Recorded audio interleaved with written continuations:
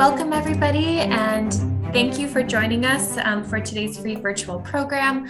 My name is Martha Waldron, and I'm the Director of Programs and Partnerships at the Maryland Center for History and Culture. Recently, back in May, the Maryland Center for History and Culture opened a new exhibition that centers and celebrates oral history as the ultimate primary source.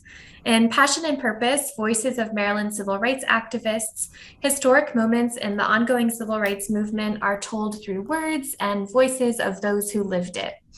These accounts connect past to present and provide personal perspectives into historic moments. Therefore, we are very excited to host this conversation today about oral history as a practice and a discipline. The passing of knowledge and memory through spoken word is the oldest form of historical inquiry. But oral history is also very much a modern methodology. It's a practice that can yield unique insight into historic events, build empathy, and help document a more inclusive representation of our world. Before I introduce our program participants, I do just quickly want to mention that we'll be leaving time at the end of the program for to answer questions from you, our audience. So please feel free to use the Q&A feature throughout the program and engage with each other in the chat box as well. I'll be posting some resources that are related to the things that Kelly and Linda and Kate are talking about. So you'll find some additional resources and things in there as well. So without further ado, I'd like to introduce the people who we have here with us today. Kelly Navies is an oral historian, writer, and poet. As museum specialist in oral history, she coordinates the Oral History Initiative at the Smithsonian National Museum of African American History and Culture. Kelly has a degree in African American Studies from the University of California, Berkeley, and a master's in Library and Information Science from the Catholic University of America. She also studied in the Southern Oral History program at UNC Chapel Hill as a graduate student in American history.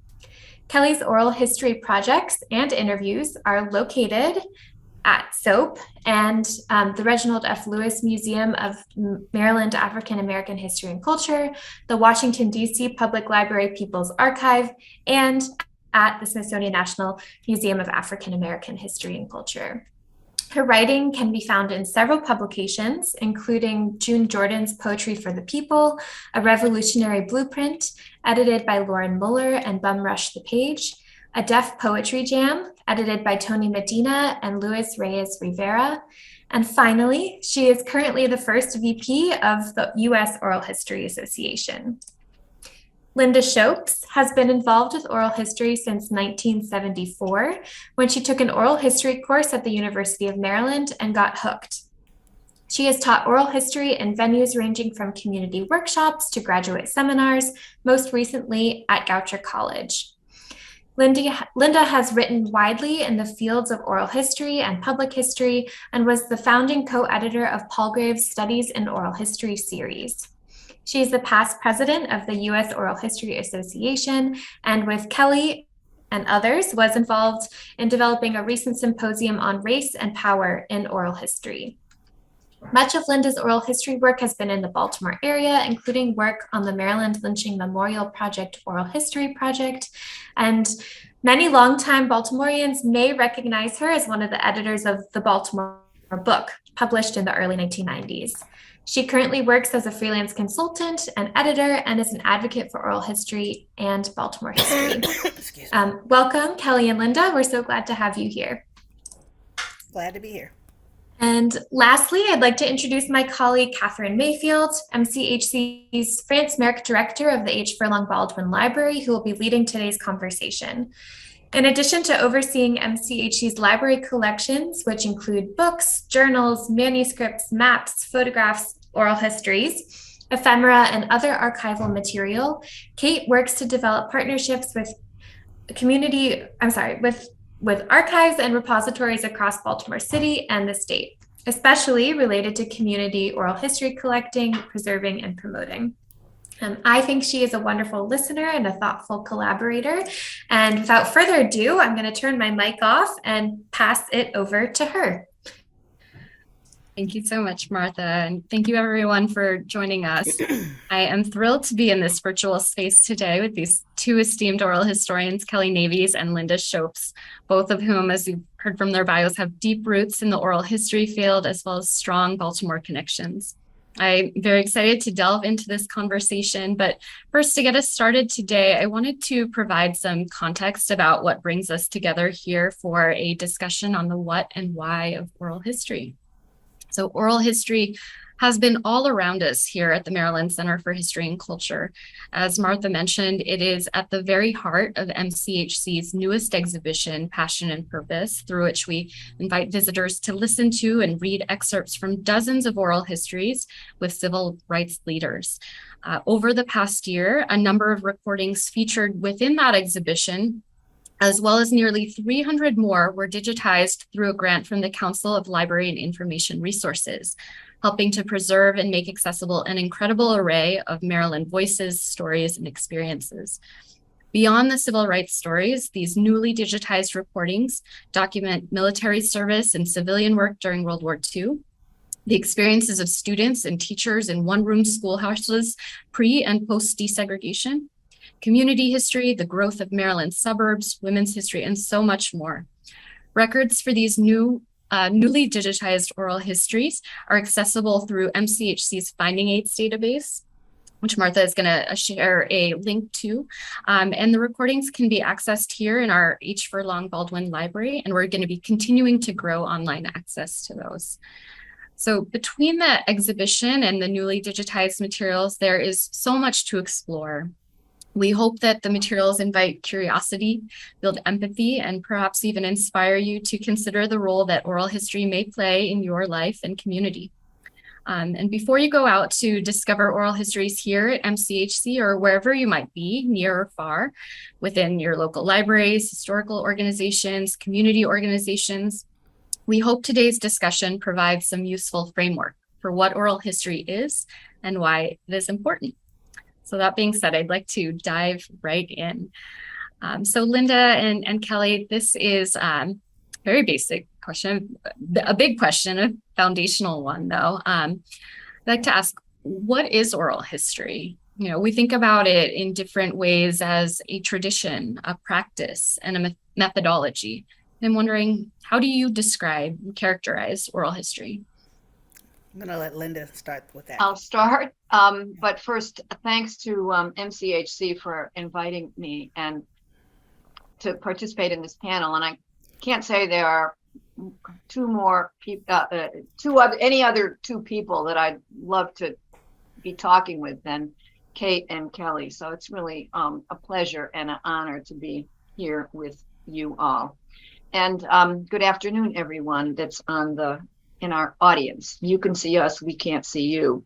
I would say at its most basic level, oral history is a form of a first-person personal narrative.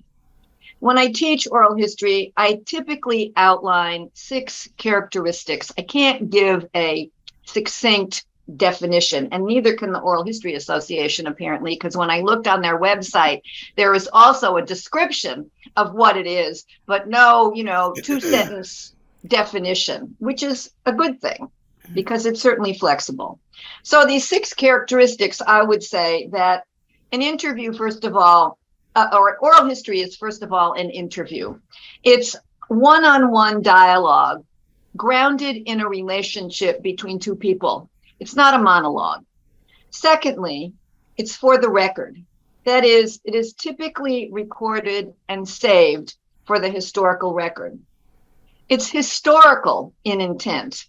It asks a person to look back to their past and situates that past in a particular time and place. In other words, it connects personal experiences to broader context. It is also an artifact of memory, which means it is inherently subjective. It's not an objective accounting of facts, though it can include, and often does include, a deal of new knowledge. But it is, at bottom, an artifact of a person's memory. what they choose to say, what they remember to say, what they choose not to say, and so on, what they have forgotten. To me, oral history is in depth. It's characterized by intentionality on both the narrator and the interviewer's part. There's a degree of seriousness to an oral history interview. It takes time and digs deep. And finally, I would say oral history is oral, not written. It's a spoken account, but not always, because there are interviews with people who are deaf, and they do not communicate generally through talk, but through signing. And this points to, I think, a larger point. Much of what we have typically said about oral history is coming into question. Oral history is at a moment of change. Any one of the characteristics I outlined could be questioned, and in fact are questioned.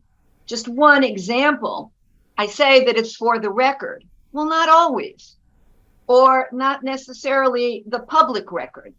There are some things, some forms of knowledge that some communities prefer to keep to themselves, and they do not want to be made publicly available. And, you know, you could say this about many, many things, but I'm going to turn it over now to Kelly, who I think can really talk about this moment of change. Well, I don't have a whole lot to add to that very thorough definition, Linda. And I think you're right. You'll find on some pages, you will find, including ours, you'll find a sentence, but even that cannot fully capture everything that you just spoken. On our website, we say it is a field of study, a method of gathering, preserving, and interpreting the voices and memories of people. I also refer to it as an art and a practice. And you covered a lot of what an oral history does, but at heart, really, it's an approach to studying history that understands that history is not just on the page, that gives honor to the narratives of the individual and to community memories as well, and understands that you can't fully study or understand history without those voices. And so those are things that are crucial to oral history and understanding what oral history is. And it certainly is in a moment of flux, and all of these things are being questioned for. But one thing, though, that isn't going to change, though, is that you understand when you're doing the work that there's that what is necessary for an ideal oral history is mutual respect and trust between the person conducting the interview and the narrator. Now, there are lots of questions coming up now about what to do with the content, and also how to relate to that narrator. Do we give value, monetary value, for example, is one of the issues that's coming up. But I think that we can talk about that later on. In terms of what is oral history, though, I think this is a very good foundation that we've given you here. Thank you so much, Linda and Kelly. And one thing that in that discussion has come up is mention about oral history as a methodology. And I'm wondering if you can share a little bit about the kind of historical tradition there that I think about the methodology as something that was more recently developed in the later 1900s. But there is a long oral history tradition in many communities. You all should speak to that. I mean, we both, I kind of like going back and forth, so since I just spoke, but I don't mind speaking to it. Linda, you go ahead, Kelly. You start this, and then if I have anything to add, you can't.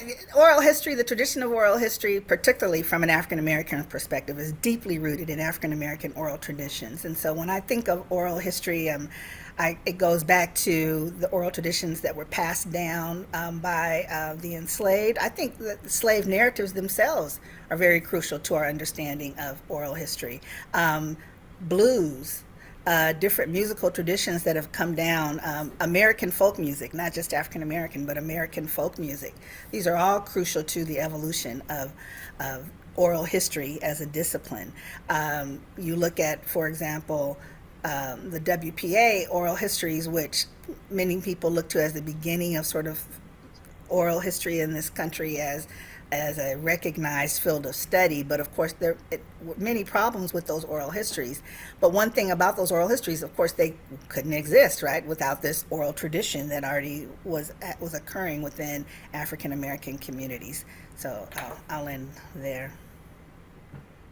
I could just add a couple of points. I mean, I think typically those of us who call ourselves oral historians, the official narrative of oral history is that it began with the advent, as Kate mentioned, of easily available mechanical recording devices, especially the cassette recorder, after World War II. And it was reckoned as a research activity engaged in by scholars to supplement the written record. The focus here being on the researcher. Increasingly, as Kelly has indicated, and it is being officially recognized, let's say, or it is being appreciated more as a practice with a long history, precisely as Kelly said. A way for people often without much privilege or power to sustain community knowledge over generations, and been recognized as a cultural activity before the formalization, if you will, of oral history as a professional practice. And it is increasingly being recognized and centered not on the needs and concerns of the researcher, but on those of the narrator and the communities in which they exist. I mean, always both are in relation, the researcher, the interviewer, and the individual and their community. But the balance of interest or focus, I think, is moving, and this, I think, speaks to larger trends, moving to a focus on communities. The other thing I would say is it's also, I think, recognized as a tool for social change, as a practice used to enhance what's sometimes called popular education, or a form of kind of community consciousness raising, connecting personal experiences to larger structures of inequality. And it's a step in the process of making change. I would say that is, it's always been, but it's increasingly recognized. So that very much leads into what was my next question about this, again, a big question, the importance of oral history and the power behind it. So Linda, you've spoken about some ways that this is true for communities, this community connection, that impact on communities. Can you speak more about that? Or Kelly, would you like to add more to that, different examples? I think about one of the first projects I ever worked on, and that was a project in Asheville, North Carolina, with the alumni from the segregated high school there, Stevens Lee High School. And this was very impactful for me in many ways, but when I originally went into that community, I was doing oral histories. I sort of had a broad interest in African Americans in Appalachia, which my roots are in that region. And I started specifically with family. But I was doing these interviews, and this story kept coming up about the high school. The high school kept coming up in interviews, and I was like, I need to learn a little bit more about this institution. And then through the oral histories, I was able to determine the central role that this school had played in this community, and how it continued to play a role years after integration began, because the way that the school system had decided to address it was to demolish the high school. So when segregation ended, they said, okay, we'll integrate Asheville schools, and we'll demolish your beautiful school on a hill, which was called the Castle on the Hill, which was really the heart of the Black community, and you have to come down to the formerly white high school. And to a person, every person that I interviewed, that was a point of trauma, individually and for the community. But doing the interviews really brought these stories back to life. I did a community program. I had people come out and just share and give testimony to their memories, and it helped to activate the Stevens Lee Alumni Association, for example, which still exists. They started to bring together artifacts and photographs, and they still continue to come together at what is left, which is the gym at the Stevens Lee, and is now Stevens Lee Community Center. So it still plays a central role, and it's interesting because I see how the oral histories helped to first of all bring people together, and so that they could share their memories with one another, because often people feel like they're the only ones who are remembering something, and also see how they could move in the world and bring these to the community, to young people now, and to pass on those stories. So that's just one example of how oral histories, just one interview, can grow and expand, and to help a community to begin to take the steps towards some type of social change. And so yes, I think that each oral history, even on an individual level, it changes both of the people involved. So, but I'll pass it on to Linda now. That's hard to top, but I'll say a couple of things. I mean, I've always said that oral history is a democratic practice. It democratizes the content of history by adding the voices and views, often of people who have been excluded from the historical record, from the mainstream historical record. It democratizes the process of doing of history, because it doesn't take a PhD in history to do an oral history interview. It also democratizes, as Kelly just described, the audience for history. It makes history live for people, the history that people have lived, alive again for them. I would also say that doing oral history can maybe lead us to ask those questions about who and what is important in history, and to question why the record has been so undemocratic, why it has excluded certain people, certain experiences, certain forms of knowledge. For me, oral history humanizes the past. It touches our emotions.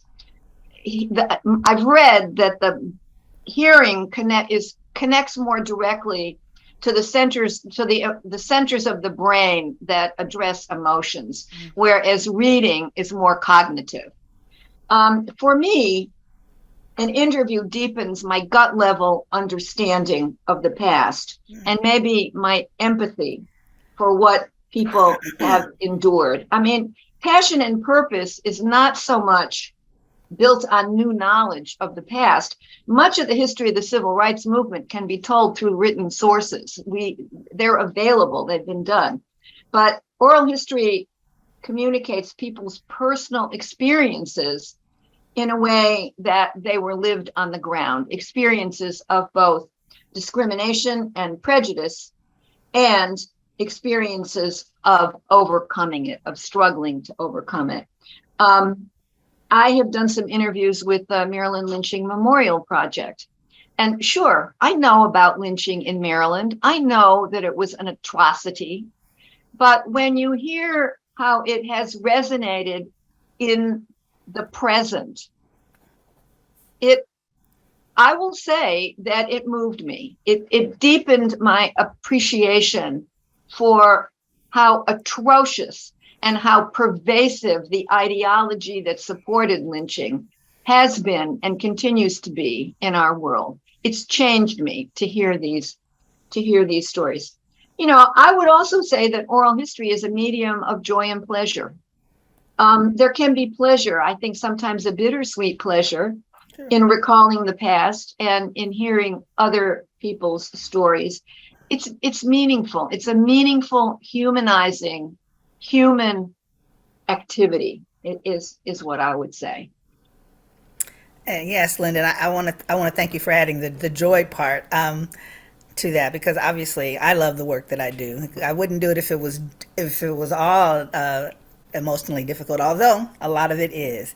And you mentioned the stories of lynching, and I recently conducted a couple of interviews that related to lynching in Virginia. So I understand that, but what I have come to realize is that, and there are a lot of oral historians doing this work, that I really have to pay more attention to a trauma-informed oral history practice. And really, basically what that means is, first of all, being aware of it. A lot of times, oral historians, in general, like the people that I work with at the museum who are not oral historians, but we're out collecting these stories, we're dealing with very emotionally difficult material, and we don't often talk about it. So the first step is really the awareness of it. The awareness that you are immersing yourself in a history that's not just intellectual. It is emotional, it's full body. And that's the first step. As a writer, I already had a practice of writing poetry or journals after my oral histories. But now I'm more conscious about the role that plays in the process. And I also have to be more conscious of the way that it's affecting the videographer that I'm working with, for example, and of course the narrator, right? So that all those things have to be taken into account, and I think that makes it a fuller and richer experience, of course, for all involved, and you don't want to re-traumatize people. But then, of course, there is the joy, and where's the joy? And sometimes those things are mixed up, like you said, bittersweet. I mean, the end of the interview often is a joyous place, because you know that the person has told a story that really needed telling. They're feeling better about it, and you often feel a bond with them at the end of the best oral history interviews. So there is, of course, that joyous piece, and then you feel that again, and again, it's mixed when you find out that someone's recently passed away that you interviewed, but you're like, I got their story. Right? There's this sense that other people get to hear from this person. So that's the wonderful piece to doing this work, that you really actually get to see a tangible result of how important that oral history is when it's out in the world. And then I don't want us to forget that in terms of the power of oral history, you're also capturing the rhythm and cadence of someone's voice. You're capturing what people remember, like how they remember it, like the style of memory, and also what they leave out. So all of those things as well are captured by oral histories. I think, I want to interview something, person I interviewed comes to mind. I mean, we were talking about a fairly challenging set of circumstances, his involvement in a long-term strike against the steel mills in Pennsylvania. And he described, the coal and iron police terrorizing the community and so on. And then he said, it's a pleasure when you look back. He was describing difficult situations, but the act of talking about them, and they were many years past, certainly, gave him a certain, feeling of fullness and pleasure. I made it through, right? You're like, I made it through. Woo. Yeah. Sometimes you have to do that to remember what it is that you actually came through. And for the teachers out there, or those who work in an educational setting in any way, I would say that a good thing about oral history is it undercuts generalizations about the past. You see how people, you read a textbook, you read an account, and it's general. And then you see how on an on-the-ground level, people interacted with these kind of generalizations we make about the past. And we also find a great deal of agency and creativity. I think our histories often strip people of agency in creating these generalizations. Oral history gives you that. That's absolutely true. Yeah. Mm-hmm. So many ways that oral history is so powerful. And, one of the things that I see in the library working with students is that great potential for recognizing that possibility for engaging in history and really connecting with it through the voices and these personal experiences. And so that really kind of leads me to this next question about, who does oral history? And I'm curious, I always love to know this, how did you become involved in this work? Kelly, would you start on that one? Sure, no problem. And I'll try and make this as short as possible because it's kind of a long story. But really, I became an oral historian before I knew really that oral history was a thing. And that's why it's so clear to me when we talk about the roots of oral history. I mean, I was immersed in a rich African American tradition of history and oral history. Both of my parents told stories about the past. My father taught history. My mother was a social worker, but both of them passed on these stories from the past. My mother told a story that ultimately became my very first major oral history project, a story about her great-grandmother who had been born in slavery. And that's what led me back to Asheville, North Carolina. But I also, I developed, because she would read poetry to me, Paul Laurence Dunbar, those kind of things, I just had this attraction to these stories. And I would go on road trips with my father, and I would want to keep him awake because I was afraid that he would fall asleep at the wheel. And I would listen to him tell stories. I would just ask him questions and make sure that, he stayed. He loved it, of course. People love it when a young person wants to listen to them. And and then I had a class in the 7th grade where I got my first formal oral history project. And this is another reason why it's so important to me that we support teachers and the work of teachers who are doing oral history in the classroom, which I'll mention again at the end when we talk about the OHA 2023. But my 7th grade English teacher, who, by the way, I didn't like very much, right? She gave this oral history assignment to just interview an elder in the community, and I did that, and I just was kind of hooked. I didn't do it again until college, when I was at UC Berkeley, and then that's when I decided to pick up my mother's story and learn more about it, and learn that she knew a little bit of what she was talking about. A lot of people say, how true is the oral tradition, and most of what she passed down was true. She says, well, my great-great-grandmother was born in slavery. She lived to be 106 years old. I met her when I was a little girl, those kind of things, and those basic details turned out to be true, but I went around and interviewed, at the time, my living relatives who knew her. These are the contemporaries of my grandmother who were still alive in the late 80s. And I interviewed them and was able to learn more about that particular part of my family history. And then I just went on from there, and I've been doing oral history ever since. So I'll just stop there.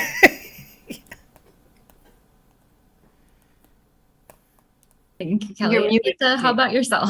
Oh, it's almost the opposite of Kelly's story. I got involved in oral history in the 1970s, as Martha said, as part of a search for my own identity. All 4 of my grandparents were immigrants from Eastern Europe. But in the great push for Americanization after World War II, that was put under the rug. Sure, we knew grandma and grandpa, sure, we acknowledged their origins in Poland and Lithuania. Sure, my mother spoke Polish with her mother and sisters. Sure, we knew this. But the push was become American and move up the ladder. My high school, Catholic high school in New Britain, Connecticut, was populated 90% by people like me, grandchildren of Polish, Lithuanian, and Italian immigrants. There were a few Irish, like 2nd and 3rd generation, whose great-grandparents or but we were mostly the children of immigrants who had come to New Britain to work in the factories as, just laborers. Do you think once in high school history class, this was brought to our attention? No. So for me, coming into my 20s, I started to ask, who was I? How do I square these immigrant grandparents with the path of upward mobility that my parents firmly planted me on by sending me to college, and I married up and so on and so forth. So it led me to an interest in what was called the Anonymous Americans History Project, which was precisely asking these sorts of questions. Whose history has been erased, and how can we find more about it? And that was through oral history. And I was led to, Martha Ross's course at the University of Maryland. The other, I think, trajectory that is in here is my involvement in the women's movement of the late 60s and early 70s. who knew that women had a history? This certainly wasn't taught to me in my high school and college history classes. And I was just provoked and tantalized by this new knowledge I was getting about women's history. Again, the record is often pretty sparse. Sure, you can read against the grain and find out more than you think in the existing record. But how do you get at the depth and richness of the experience of women who have been obscured from the historical record, again, to oral history? So it was both of those occurring at, I think, at a very pivotal time in my life as I was moving into an adult identity, separate from my parents and, starting my own family. I'm glad you mentioned the women's movement, because I didn't mention the work I was doing at Berkeley studying with June Jordan and Barbara Christian. So it was a wealth. I mean, at the same time I was taking classes with June Jordan, the late poet and writer, and we were studying Black poetry, Black women's poetry, and then I was taking African American women's literature with Barbara Christian. So I was immersed in these stories as well, and that also contributed to my development as an oral historian. But you were asking about who does oral history, and anybody can do oral history, and anybody can be the subject of an oral history.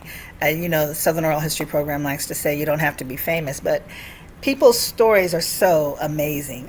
One of my favorite quotes comes from an interview that Bill Moyers did with Toni Morrison. And he said to her, he said, some people say that your characters are larger than life. And Toni Morrison said to him, life is that large. And it's true. And it's probably one of the reasons that I immediately connected to her work when I started to read her as a teenager, is because I knew those people. These are real people. They sound like they don't exist in real life, but they do. And this is what you find with each oral history. It amazes you, right? So, yeah, I could go on and on about that.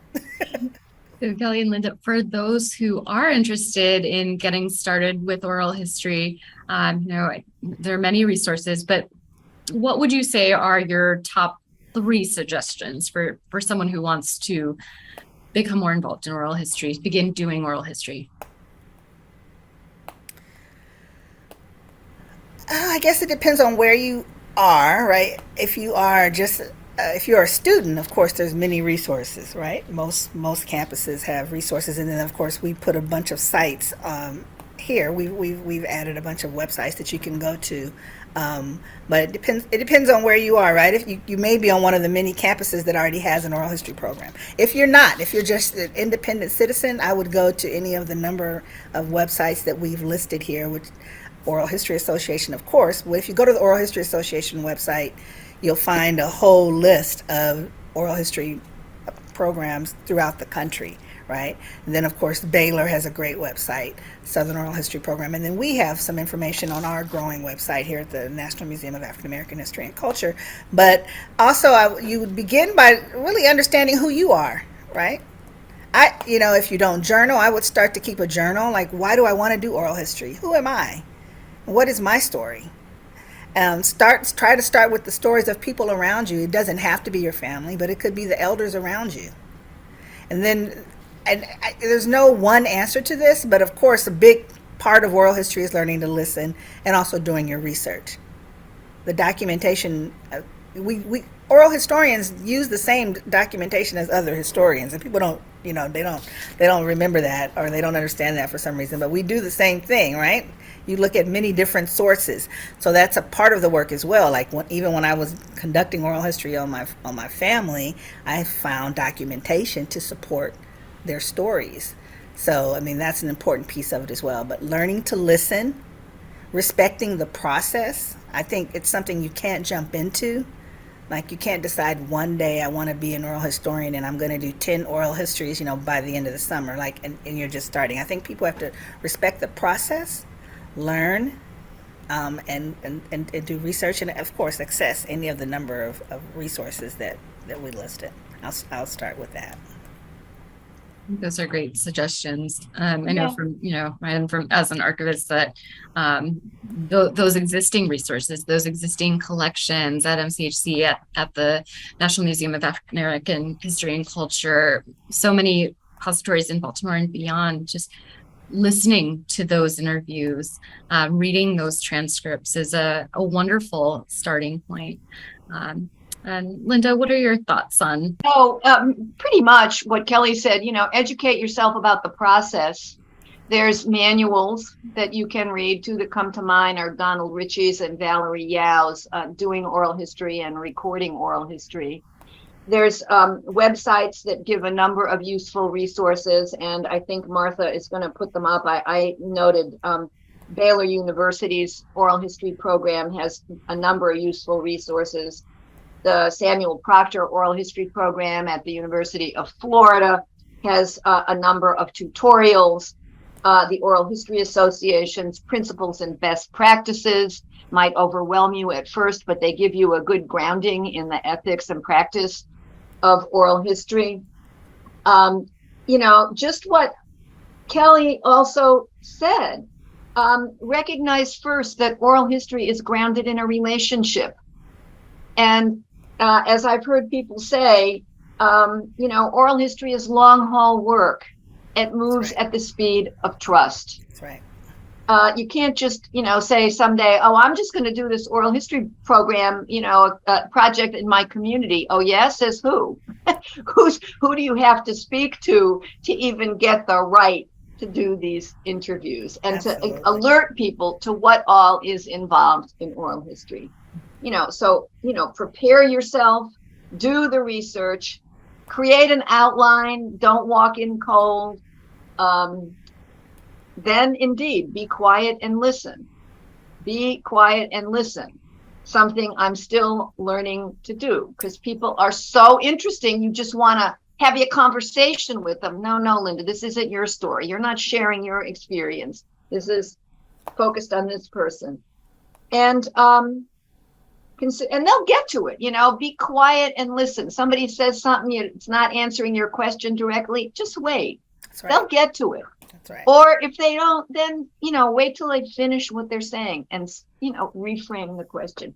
Know when to back off, particularly, as Kelly said, when you're dealing with traumatic histories. And consider placing your interviews in a public repository. Absolutely.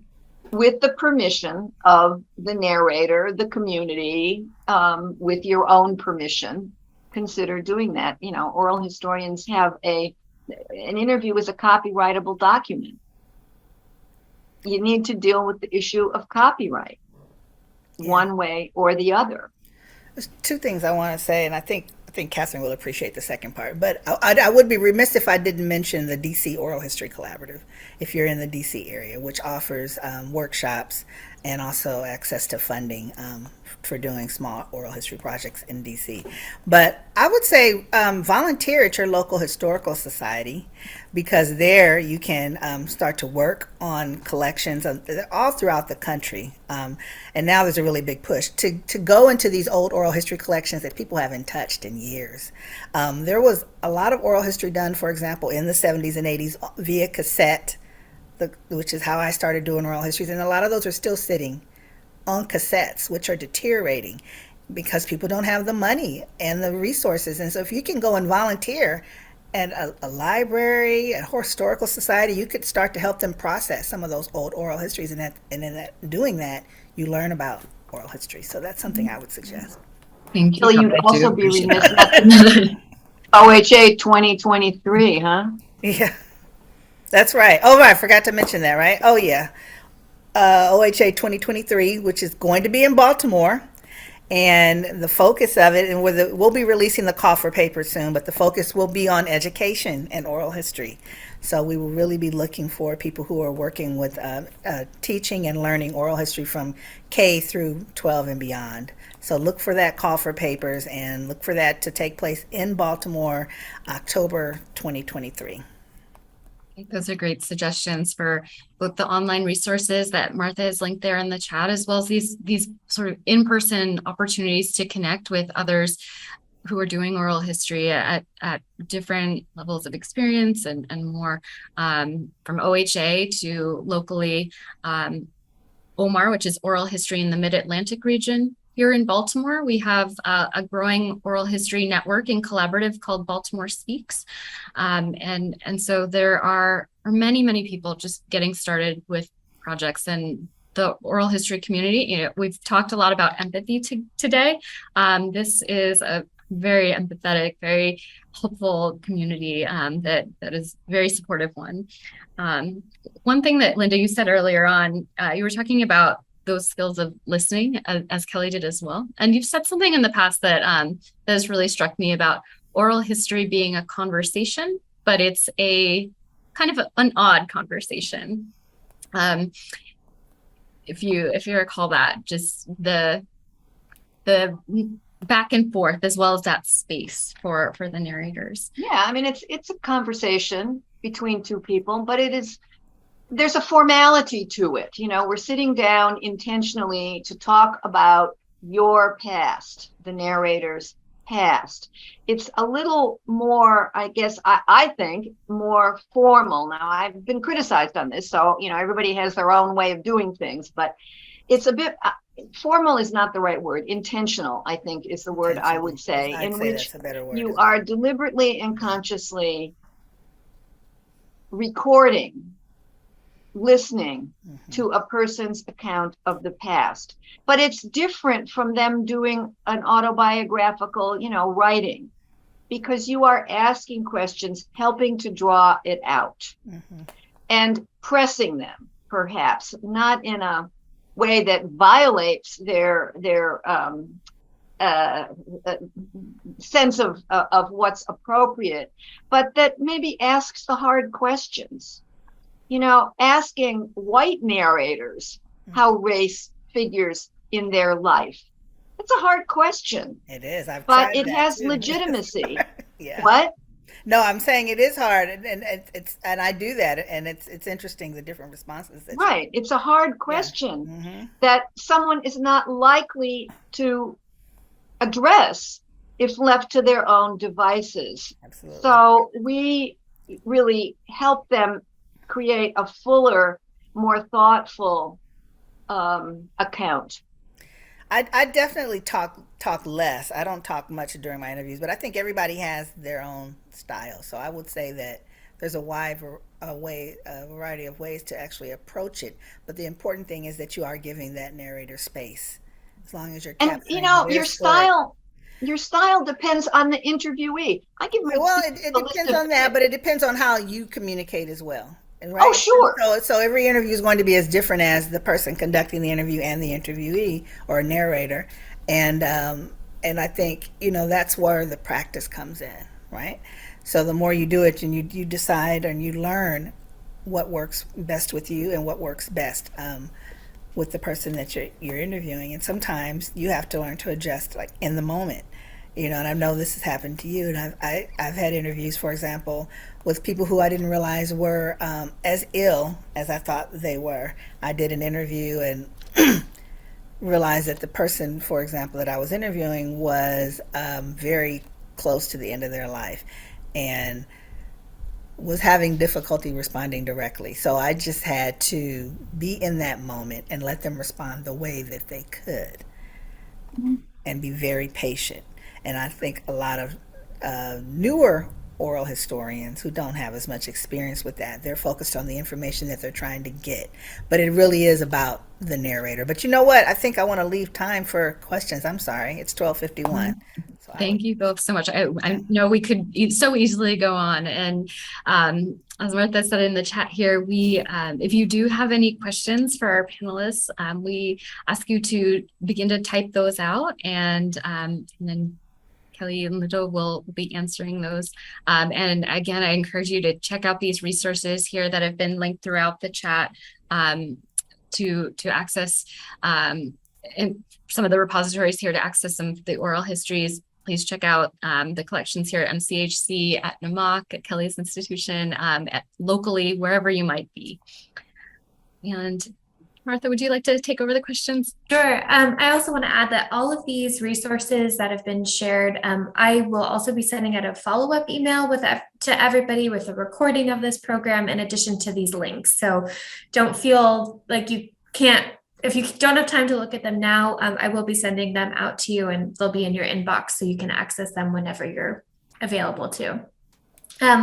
We do have one question from Kathleen, and they ask, can you, if Kelly and Linda can speak to the public functions, spiritual or cultural, of the designated griots as oral historians, and do they exist in an essential role in our culture today? Griot. So the griot, yeah. Griot. Sorry, excuse me. Well, no, it's a term for the person in African, West African communities, but I'm sure there are griots all over the world. But yes, I mean we have modern day griots. I at first I hesitated from calling myself one, but I think to a certain degree, as an oral historian, you are in a sense a modern day griot. But we also have people who are more active as storytellers who fall into that category as well. Storytelling is a very important and field of study and practice. And I'm not trained necessarily as a storyteller, although some people say, "Oh, you're a great storyteller." But I know people who who do this for a living, and they're very important. They're very important to the work that we do and to the work of making culture in general. So I think that's an answer to your question. But yeah. Linda, do you want to add anything? Or? No, I think Kelly answered it very well. Of course, they're, certainly within the house of oral history. We'd be losing a huge resource. Yeah. We excluded them. Mm-hmm. Absolutely. And Joanne is asking how have technical changes from cassettes to videography, how has that changed the interview experience? On a personal level, it's changed it a lot. I mean, I remember starting with the cassette and having my tape recorder and going out into the field, and it's just me and the person. And I did that for years. And then I did that. And then I was just doing audio for years, but doing different forms of digital recording. And you adjust to the, I mean, I think, and there's this audio versus video debate. I think both are very important. When I came to the museum, I was told that we would be doing video oral histories, and so I had to make that adjustment. And the biggest shift for me was I was used to just me and the other person being in the room alone, and then I had to get used to there being a videographer, sometimes lighting people, sometimes other people. That was more difficult for me at first, because as an oral historian, first of all, you don't like to feel like you're on a stage necessarily. But what I had to do so that I could really place the story front and center, as I had done in the past, was I personally just have to kind of shut them out of my mind. But I think everyone would have their own way of doing that, but that's how I adjusted to it. I think that ultimately the story that you get is just as important for audio or video. And I really think it depends on the purposes that you plan to use them for. But it's changed it a lot. It's changed what we can do with them, with the oral histories. We can do really a lot more in the digital world with oral histories, because you have audios that you can put on the internet, that you can use in media pieces, that you can make accessible to the public in so many different ways, whereas before you had the cassette or the transcript, right? And someone had to go into the location to listen to the interview. So in that sense, it has changed the field of oral history, and it's changing every day. I think one of the things here too is that, while we might have some technology kind of recording devices that we might recommend, use whatever you have in that moment. If you have a phone that has that capability to record, use that in the archives. There are certain types of files that we want to save for long-term preservation, but ultimately what you have to work with is wonderful. And there's also has been a change over the last few years to online interviews as well, due to the over these years social distancing needs and more just interviewee discomfort with being in person. So there's some good tools. Their story is one of them. Make sure you make copies of everything. Good point. Yes. Yeah, because if you don't own the platform, you want to make sure you have your own copy of it. Several copies, in fact.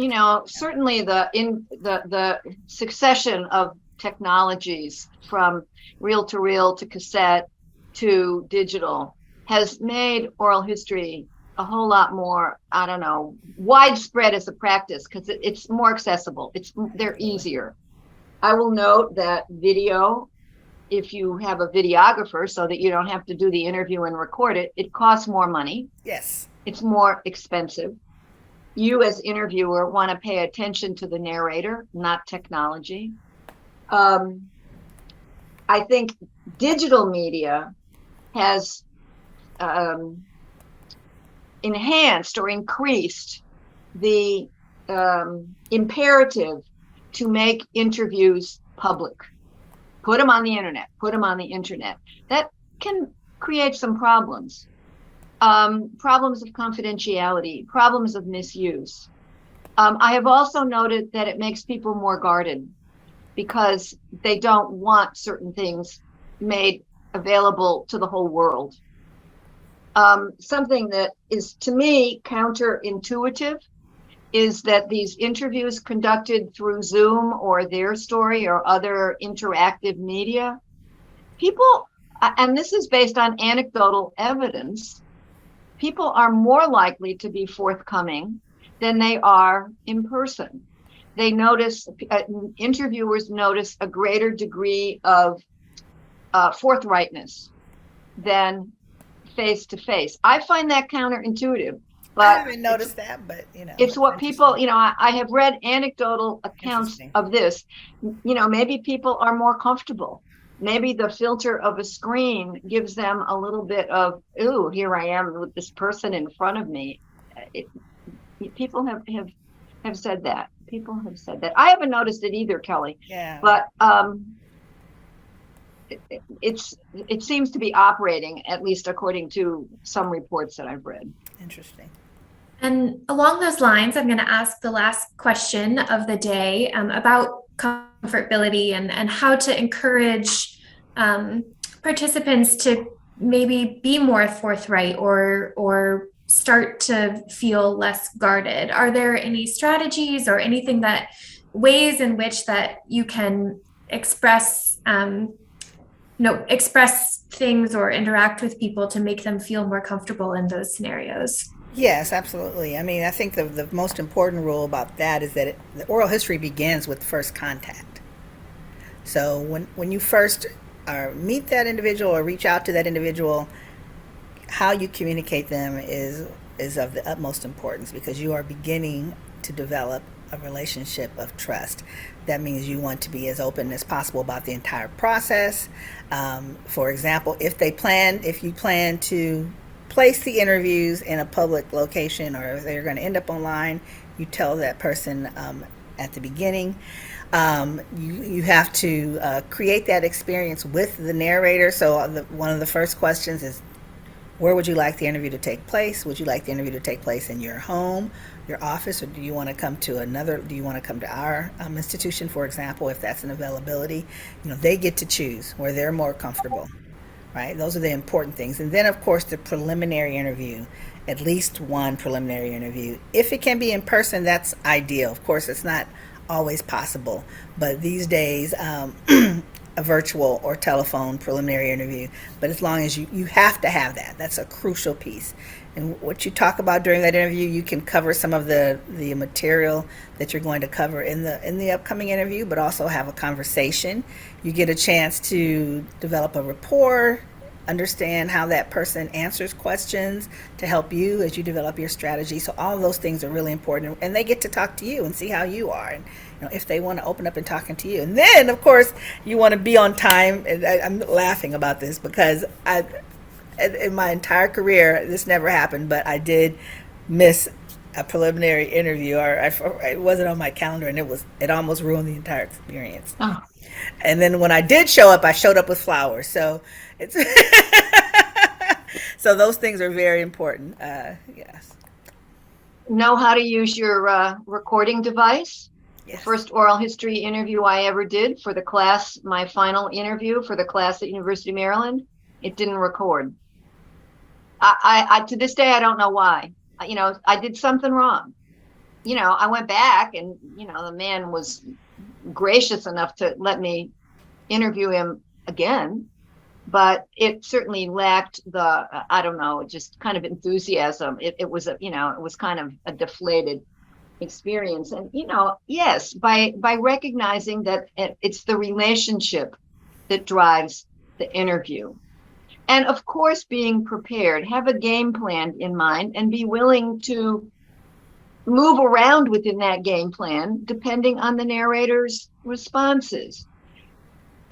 Create a kind of pacing that respects silences, that allows people a way to answer questions their own way, to be quiet and listen. That's right. To speak in everyday language. You don't write out formal questions and go down your list of questions. You have an outline, a game plan, but you speak in your own voice, not in the formula of a questionnaire. All of this is part of creating a human relationship. Well, I think that's a great place to stop, and so appreciate all three of you for being here today and sharing your expertise and advice and suggestions regarding oral history. I think, I love what you said, Linda, about this being kind of a moment for oral history, and it is. I think we're seeing it more and more, and it's exciting. So thank you all. I really appreciate it. Thanks to everybody who tuned in the audience. Again, I will be sharing a follow-up email with all of these resources and a link to this program recording for all of you to continuously rewatch and use it for your education. And we'll also link the 2023 Oral History Conference and additional ways that you can learn more about this practice and discipline. So take care, everybody, and see you again soon. Thanks. Thank you. Pleasure.